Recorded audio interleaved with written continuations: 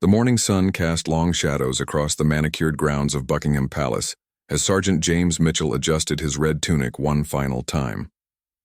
At 28 years old, he had dedicated 8 years of his life to serving as one of the Queen's Guard, a position he held with the utmost pride and dignity. The heavy bearskin hat sat firmly on his head, and his polished boots reflected the early light like mirrors. James had always dreamed of this moment.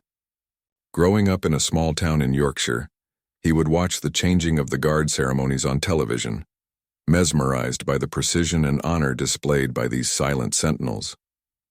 His grandfather had served in the military during World War II and would often tell him stories about duty, service, and the importance of protecting one's country and monarch. Today was different from any other day in James's career. The palace was buzzing with unusual activity as preparations were underway for a high-profile state visit. Security personnel moved with heightened urgency, and every detail was being scrutinized multiple times. The visiting dignitary was none other than Donald Trump, who was making an official state visit to the United Kingdom. James took his position at the palace gates, standing perfectly still as he had been trained to do. The Queen's Guard were famous worldwide for their ability to remain motionless for hours, regardless of weather conditions or distractions from tourists. It was a tradition that dated back centuries, and James took immense pride in upholding this sacred duty. The crowds began gathering early, with tourists and locals alike hoping to catch a glimpse of the American president's arrival. Camera crews from various news networks set up their equipment, preparing to broadcast the event live to millions of viewers around the world. The atmosphere was electric with anticipation. As the morning progressed, James could hear the excited chatter of visitors from different countries. Many stopped to take photographs with him in the background, marveling at his stoic demeanor. Some tried to make him smile or react, but James remained as still as a statue, his eyes fixed straight ahead. This was more than just a job for him. It was a calling that connected him to generations of soldiers who had stood guard before him. His mind wandered briefly to his family back home. His mother had called the night before, expressing her excitement about seeing him on television during the state visit coverage. His younger sister had joked about him being famous for standing still, but James knew she was proud of his service. His father, a former police officer, understood the weight of duty and had always supported James's military career. The training required to become one of the Queen's Guard was intensive and demanding. James had spent months learning the intricate drill movements, memorizing protocols, and building the mental fortitude necessary to stand guard in all conditions. He had endured scorching summer days when the heavy wool uniform felt like a furnace, and bitter winter mornings when the cold seemed to penetrate his very bones. But it wasn't just about physical endurance. The Queen's Guard represented the monarchy itself, embodying centuries of British tradition and values. Every member was carefully selected not just for their military skills, but for their character and unwavering commitment to duty. James had never taken this responsibility lightly. As he stood there that morning, James reflected on some of the more memorable moments from his years of service. There was the time when a small child had dropped her toy bear near his feet, and he had to fight every instinct to help her retrieve it while maintaining his position. He remembered the elderly veteran who had saluted him during a ceremony, bringing tears to his eyes that he couldn't wipe away. The sound of approaching motorcycles signaled that the presidential convoy was getting closer. James could feel the energy in the crowd intensify as people pressed forward, hoping for the best view possible. The media crews made final adjustments to their cameras and microphones, ensuring they would capture every moment of this historic visit. Protocol dictated that James would remain at his post regardless of who passed by. Whether it was a head of state, a member of the royal family, or an ordinary citizen, his duty remained the same. He was there to guard the palace and represent the crown with dignity and honor. The weeks leading up to this visit had been filled with additional briefings and security preparations.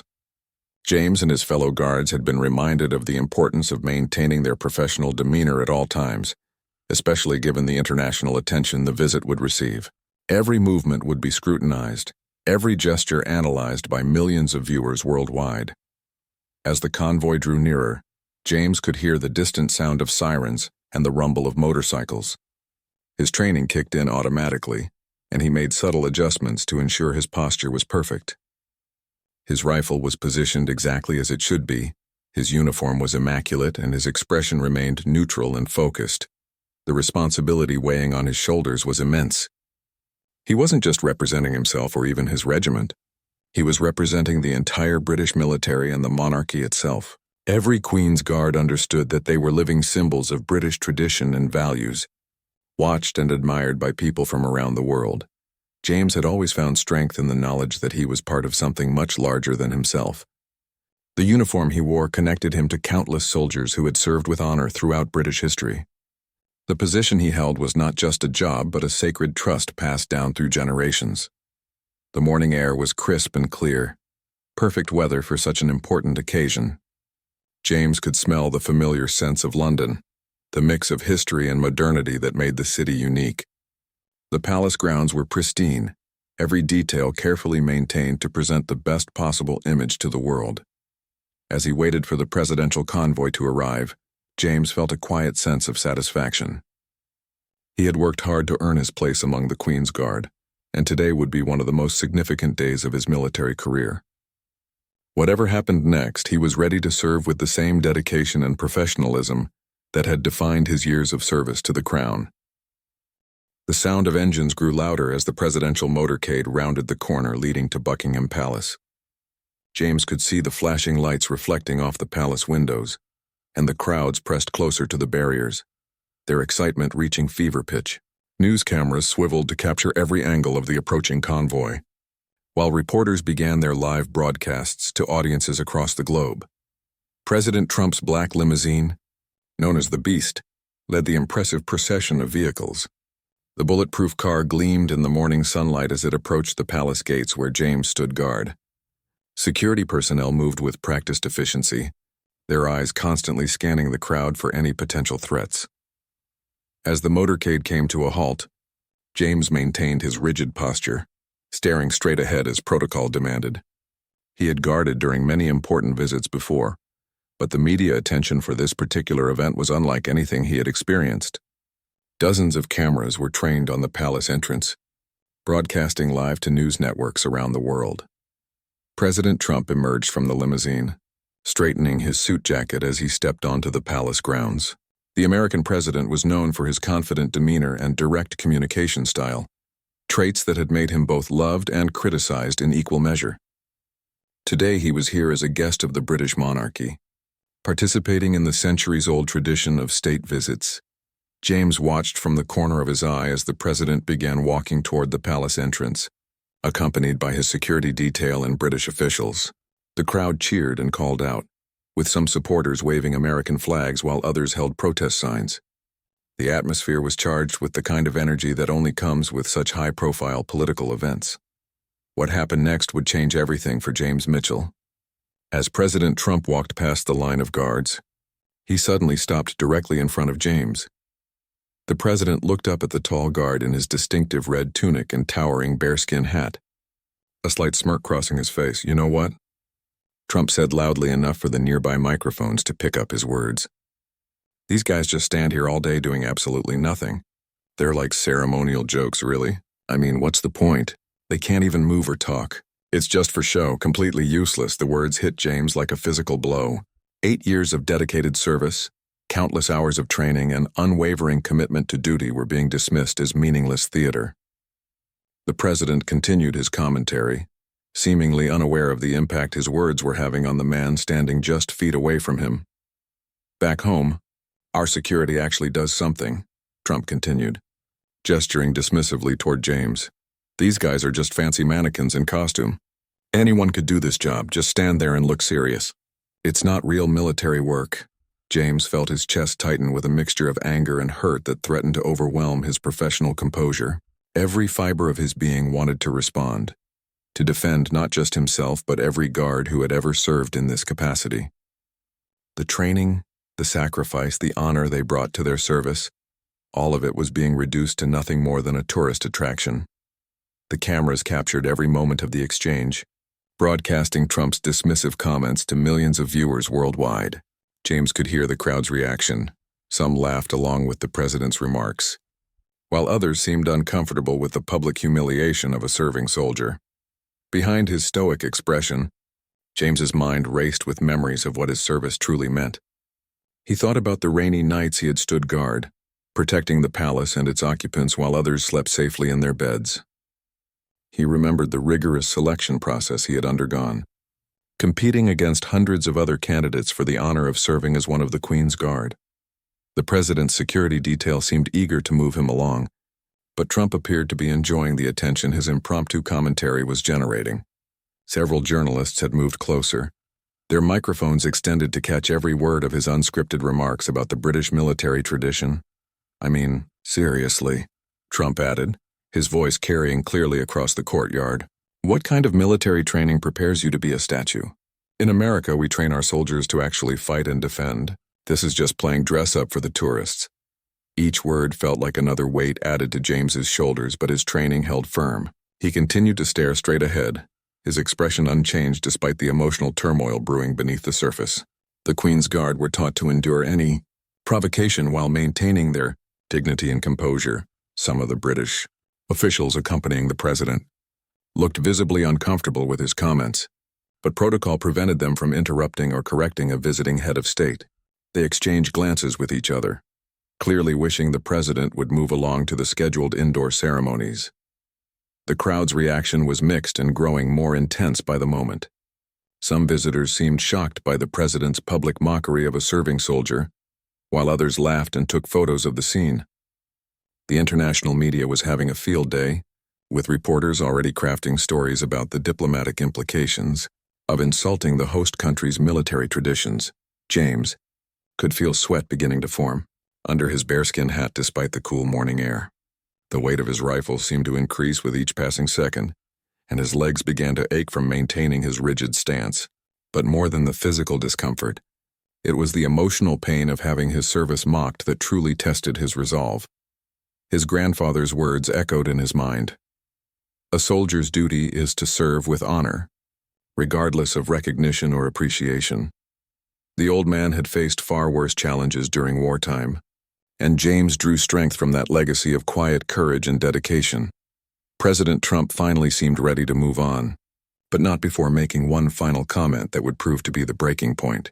These ceremonial jokes probably couldn't handle real military duty if their lives depended on it. Good thing all they have to do is play statue for the cameras. The president laughed at his own joke as he began walking toward the palace entrance, leaving James standing there with his dignity under assault and his composure hanging by a thread. The cameras remained focused on the guard, waiting to see if there would be any reaction to the unprecedented public humiliation of a serving soldier during a state visit. James's hands tightened imperceptibly on his rifle as he struggled to maintain the professional bearing that had defined his military career. Inside his chest, his heart pounded with a mixture of anger, hurt, and determination that would soon reach a breaking point that no amount of training could contain. Something inside James Mitchell finally snapped. 8 years of unwavering discipline, countless hours of rigorous training, and a lifetime of respect for military tradition could no longer contain the tsunami of emotions crashing through his consciousness. The president's final insult about real military duty had struck the deepest nerve possible. Without warning, James stepped forward from his position, breaking centuries of protocol in a single decisive movement. The crowd gasped audibly as they witnessed something that had never been seen before: a Queen's Guard abandoning his post during an official ceremony. The cameras immediately zoomed in, capturing every detail of this unprecedented moment. "Sir," James called out, his voice carrying clearly across the courtyard. President Trump stopped mid-stride and turned around, surprise evident on his face. The security personnel from both countries tensed immediately, unsure of how to respond to this completely unexpected breach of protocol. James's voice was steady but filled with unmistakable emotion as he continued. "With all due respect, Mr. President, you have just insulted not only me, but every man and woman who has ever served in this capacity. We are not ceremonial jokes. We are highly trained soldiers who have dedicated our lives to service and honor." The silence that followed was deafening. Hundreds of spectators stood frozen, witnessing a moment that would be replayed on news channels around the world for years to come. Even the ever-present London traffic seemed to quiet, as if the entire city was holding its breath. President Trump's expression shifted from surprise to something approaching anger. He was clearly not accustomed to being challenged so directly, especially not by someone he had just dismissed as a mere decoration. The president took a few steps back toward James, his security detail moving nervously alongside him. "Excuse me?" Trump said, his voice rising. "Did this toy soldier just interrupt me? Do you know who you're talking to?" James remained at attention, but his eyes now looked directly at the president instead of staring straight ahead. "Yes, sir. I know exactly who you are. But I also know who I am and what I represent. I represent every British soldier who has ever stood guard, who has ever served their country with pride and dedication." The British officials accompanying the president looked mortified. This was a diplomatic nightmare unfolding in real time, broadcast live to the world. Protocol officers whispered urgently into their radios, trying to figure out how to handle a situation that had no precedent in the history of state visits. James's voice grew stronger as he continued. "You said we couldn't handle real military duty, sir. I have served 3 tours in Afghanistan. I have seen combat, I have lost friends, and I have carried wounded comrades to safety under enemy fire. Before I earned the honor of serving as one of the Queen's Guard, I was a soldier in the truest sense of the word." The crowd was completely silent now, hanging on every word of this extraordinary exchange. Camera operators adjusted their equipment to ensure they captured every angle of the confrontation. This was history in the making, and everyone present knew it. President Trump's face reddened as he realized that his dismissive comments had provoked something far beyond what he had anticipated. "I don't care about your service record," he shot back. "Right now you're just a guy in a funny hat who forgot his place." That comment proved to be another critical mistake. James felt a surge of anger that was different from anything he had experienced before. This wasn't just about him anymore. It was about every veteran, every active service member, every person who had ever put their life on the line for their country, only to have their sacrifice minimized by someone who had never worn a uniform. "My place, sir," James said, his voice now carrying the authority of someone who had truly seen combat, "is standing guard over the values and traditions that make our nation strong. Your place as a visiting dignitary should be showing respect for the military personnel of your host country." The tension in the air was thick enough to cut with a knife. Security personnel from both countries were clearly struggling with how to handle the situation. On one hand, James had broken protocol and was confronting a visiting head of state. On the other hand, he was a decorated soldier, defending his service and his comrades against unfair public ridicule. Some members of the crowd began to murmur their support for James. A few veterans in the audience started clapping slowly, and others joined in. The sound of applause grew steadily, creating an unexpected show of solidarity with the Guard who had dared to speak up for military service members everywhere. President Trump looked around, clearly realizing that the crowd's sympathy was shifting away from him and toward the soldier he had mocked. His political instincts told him that this confrontation was not going to end well for him, but his pride prevented him from backing down gracefully. "This is ridiculous," Trump declared loudly. "I'm not going to stand here and be lectured by someone whose job is to stand still and look pretty for tourists. Where I come from, we respect strength, not ceremony." James took another step forward, still maintaining military bearing despite his unprecedented breach of protocol. "Mr. President, ceremony and strength are not mutually exclusive. The ceremonies we uphold represent the strength of our institutions, the continuity of our values, and the sacrifice of generations who came before us." The confrontation was reaching a crescendo that no one could have predicted when the day began. What had started as a routine state visit was now turning into an international incident that would have far-reaching consequences for diplomatic relations and public perception of both leaders. British officials were frantically trying to signal for James to return to his position while simultaneously attempting to guide President Trump toward the palace entrance. The situation had spiraled completely out of control, and they were desperate to contain the damage before it got any worse. But James wasn't finished. Years of pent-up frustration at having his service misunderstood and undervalued by civilians came pouring out in a torrent of words that would echo around the world. The quiet, disciplined soldier had found his voice, and he was going to use it to defend not just himself, but every service member who had ever been dismissed as merely ceremonial or decorative. The next few moments would determine whether this Confrontation became a brief footnote in history or a defining moment that changed how people viewed military service and the respect it deserved. The applause from the crowd grew louder and more sustained, emboldening James to continue his defense of military service. He could see faces in the crowd, some crying, some cheering, some simply stunned by what they were witnessing. Among them were elderly veterans who understood exactly what this moment meant, and young people who were learning about the true meaning of courage.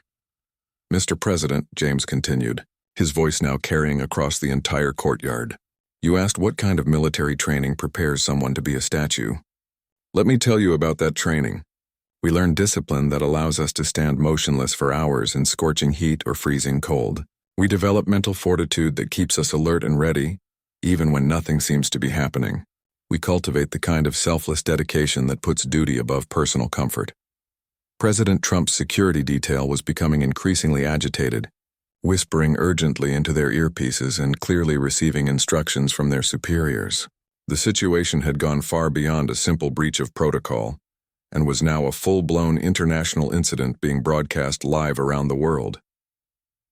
"These skills," James pressed on, "are not ceremonial jokes.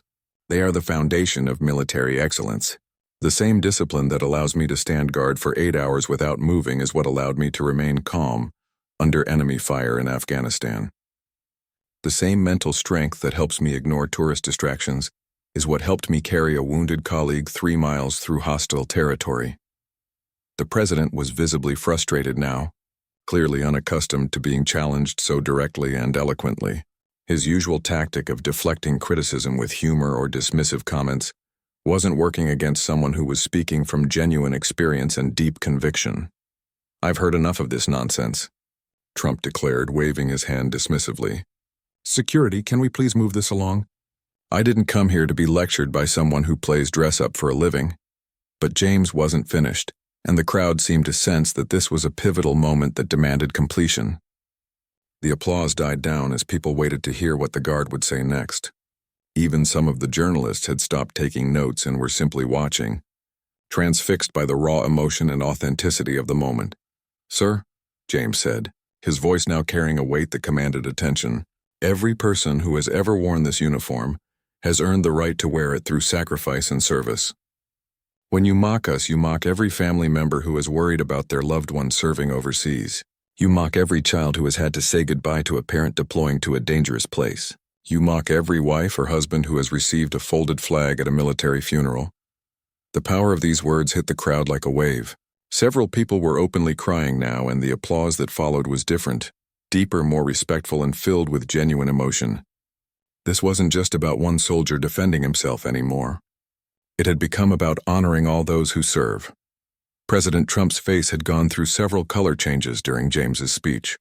His advisors were clearly desperate to end the confrontation and move him inside the palace, but Trump seemed torn between his desire to have the last word and his growing realization that he was losing this battle badly in the court of public opinion. A group of veterans in the crowd began chanting, "Thank you for your service," directed at James. Others joined in, and soon the chant was echoing off the palace walls. The sound was powerful and moving, creating a moment of unity that transcended political differences and national boundaries. James felt tears forming in his eyes for the first time since the confrontation began. The support from strangers, the recognition of his service, and the opportunity to speak for all service members who had ever been dismissed or undervalued was overwhelming. But he maintained his military composure, standing tall and proud despite the emotional intensity of the moment. "Mr. President," James said, his voice now quieter but still clearly audible, "I hope you can understand that what you saw as a ceremonial joke represents something sacred to those of us who serve. We don't do it for recognition or glory. We do it because we believe in something bigger than ourselves." The silence that followed was profound. Even President Trump seemed to pause and consider James's words, perhaps recognizing for the first time the depth of feeling he had unleashed with his casual dismissal of military tradition. British officials seized the moment of quiet to attempt one more time to guide the situation toward resolution. A senior palace aide stepped forward and spoke quietly to both men, trying to find a way to end the confrontation with dignity for all involved. But the damage was already done, and everyone present knew it. This confrontation would be replayed on news channels, analyzed by political commentators, and discussed in homes and offices around the world. The image of a decorated soldier defending his service against public mockery had already become iconic. James could see the impact his words had made on the crowd, but he also understood the potential consequences of his actions. Breaking protocol during a state visit was not something that would be overlooked, regardless of the justification. His career as one of the Queen's Guard was likely over, and he might face serious disciplinary action. Yet as he looked at the faces in the crowd, the veterans nodding their approval, the young people who seemed to understand military service in a new way, the elderly woman wiping tears from her eyes, James felt a sense of satisfaction that no punishment could take away. He had stood up for something important, and he had done it with dignity and honor. President Trump was finally beginning to move toward the palace entrance, clearly eager to escape a situation that had spiraled completely out of his control. But as he walked away, the crowd's chanting grew louder, and it was clear that this moment would follow him throughout the rest of his visit and beyond. The confrontation was ending, but its impact was just beginning to be felt around the world. As President Trump disappeared into the palace with his entourage, James remained standing where the confrontation had taken place, suddenly aware that hundreds of eyes were still focused on him. The crowd began to disperse slowly, many stopping to offer words of support or simply to shake his hand. Veterans approached with tears in their eyes, thanking him for speaking up for all service members. Within minutes, palace security arrived to escort James away from his post. He went willingly, knowing that his actions would require immediate investigation and likely disciplinary measures. As he walked through the palace corridors, still in his full ceremonial uniform, James felt a strange mixture of pride and apprehension about what would happen next. The videos of the confrontation had already begun spreading across social media platforms at lightning speed. Within the first hour, clips of James defending his service were being shared thousands of times, with comments pouring in from people around the world. The hashtag #Don'tRespectTheGuard began trending globally as people expressed their support for the soldier who had dared to stand up to a head of state. News organizations scrambled to provide background information about James Mitchell, quickly discovering his distinguished military record, his 3 tours in Afghanistan, his commendations for bravery under fire, and his exemplary service record painted a picture of exactly the kind of soldier President Trump had claimed didn't exist among the Ceremonial Guard's major. News networks interrupted their regular programming to show footage of the confrontation, with military analysts and political commentators offering their perspectives on this unprecedented breach of protocol.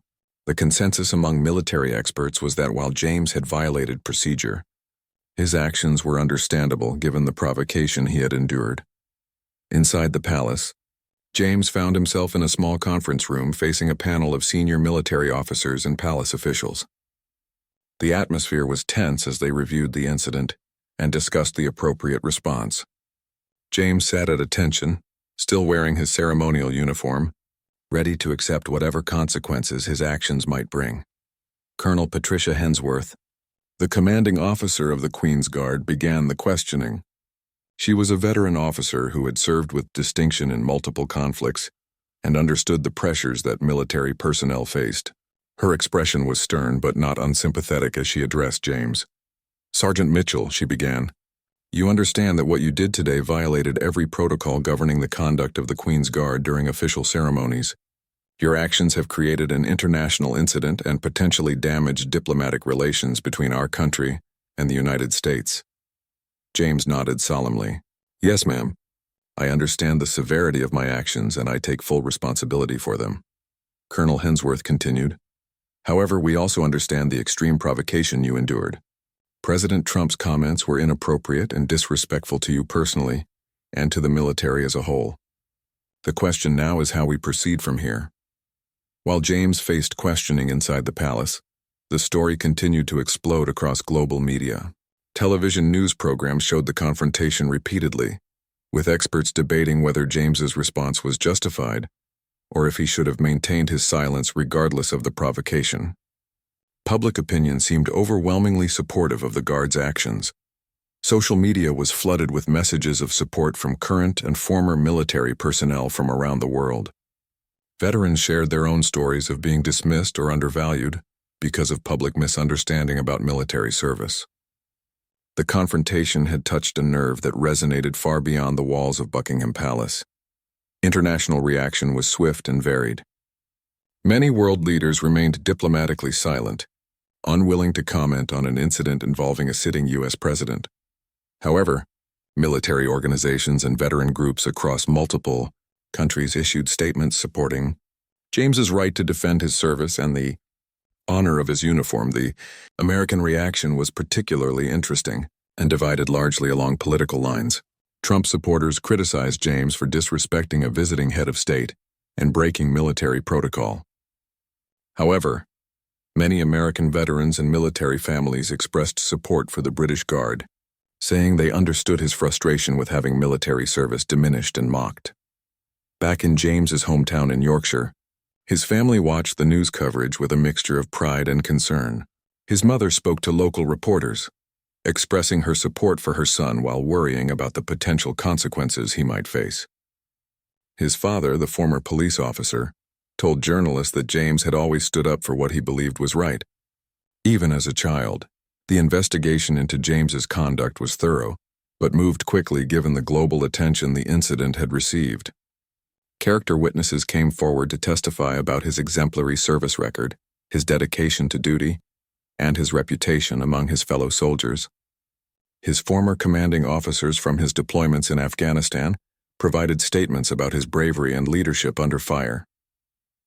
As the hours passed, it became clear that public sentiment was overwhelmingly in favor of the Guard who had defended his service. Petitions appeared online calling for James to be commended rather than punished, gathering hundreds of thousands of signatures within the first day. Military blogs and veteran websites published articles explaining the rigorous training and selection process required to become one of the Queen's Guard. The palace found itself in an unprecedented situation. On one hand, military discipline demanded that James face consequences for breaking protocol during an official state visit. On the other hand, punishing a decorated veteran for defending his service against public mockery could create an even larger public relations disaster. Evening, news programs around the world led with the story of the confrontation at Buckingham Palace. The image of James stepping forward to defend his service had become iconic, representing the dedication and sacrifice of military personnel everywhere. Political cartoonists worked through the night creating illustrations that captured the David and Goliath nature of the confrontation.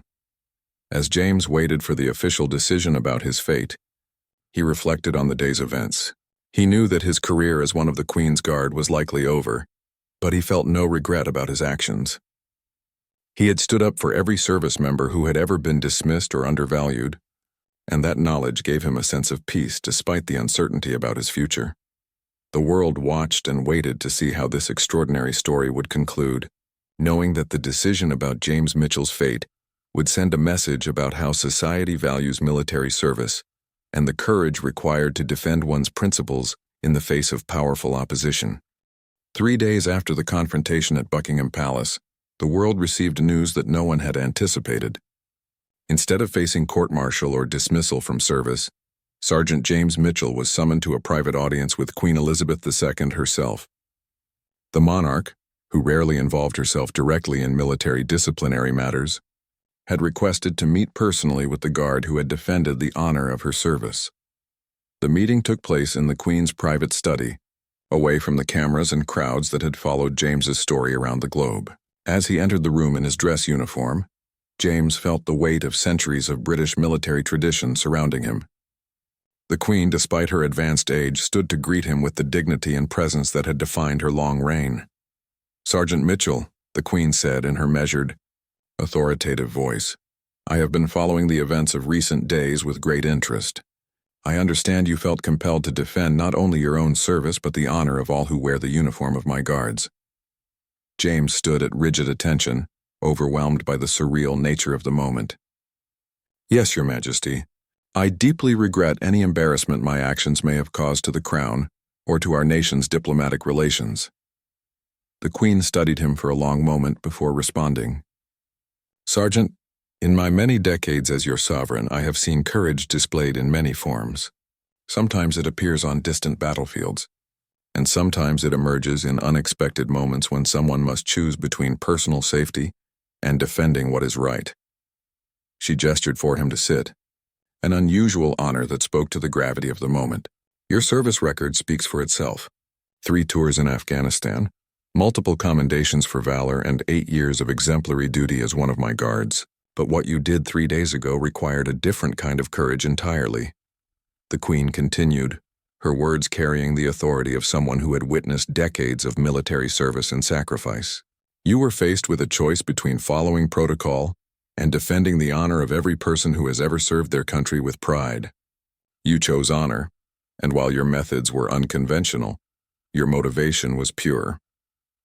James felt tears forming in his eyes as the monarch he had sworn to serve expressed understanding for his actions. Your Majesty, I never intended to create an international incident. I simply could not stand by and allow the service of my fellow soldiers to be mocked and diminished. And that, the Queen replied, is precisely why you were chosen to wear this uniform in the first place. The selection process for my guards looks for character as much as skill, for men and women who understand that some things are more important than personal consequences. The conversation continued for nearly an hour, with the Queen asking detailed questions about James's military service and his thoughts on the incident. She spoke knowledgeably about military traditions and the importance of maintaining respect for those who serve. It was clear that she had given considerable thought to the situation and its implications.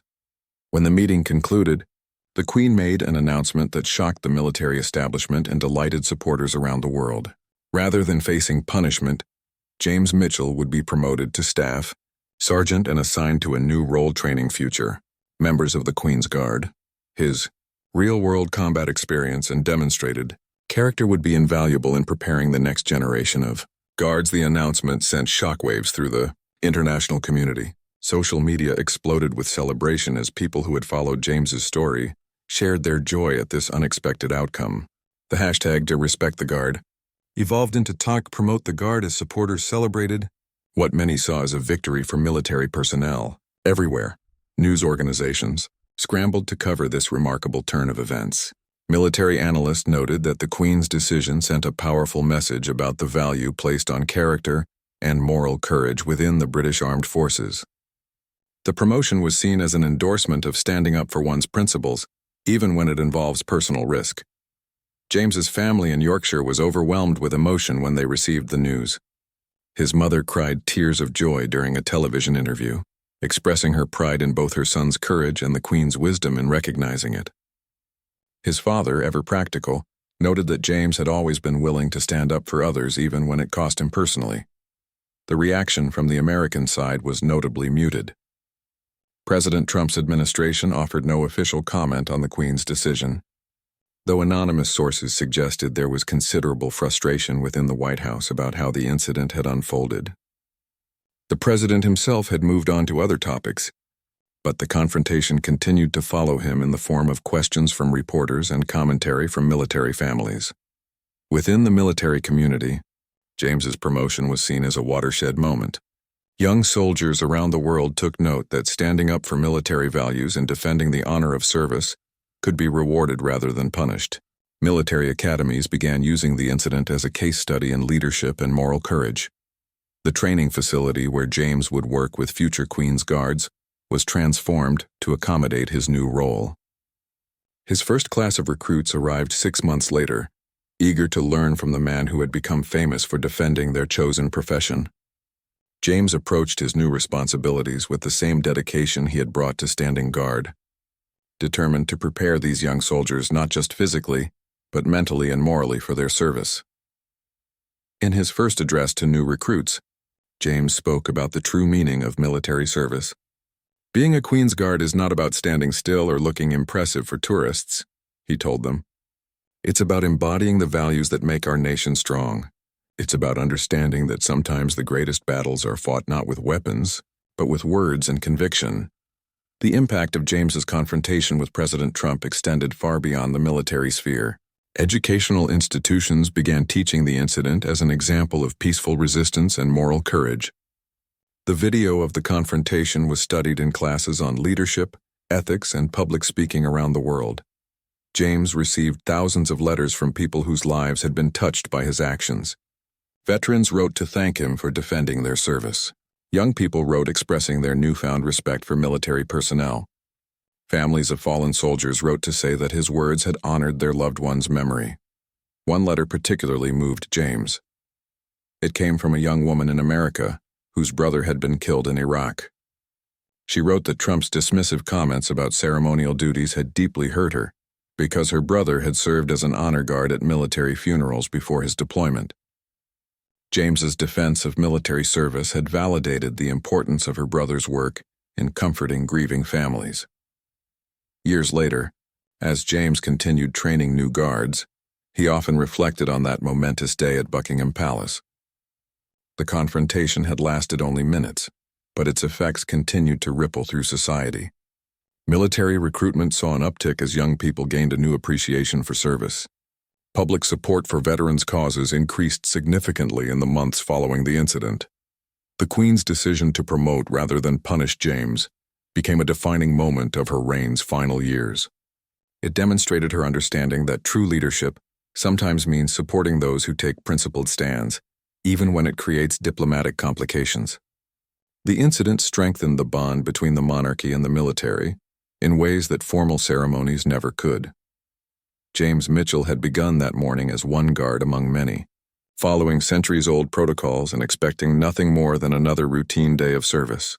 He ended it as a symbol of military pride and moral courage, proving that sometimes the most important battles are fought not on distant battlefields, but in the moments when we choose to stand up for what we believe is right. The confrontation at Buckingham Palace became more than just a news story. It became a reminder that individual acts of courage can inspire positive change, and that defending one's principles, even in the face of powerful opposition, is never truly in vain. James's legacy would live on in every guard he trained and every person who remembered that standing up for what is right is always worth the risk.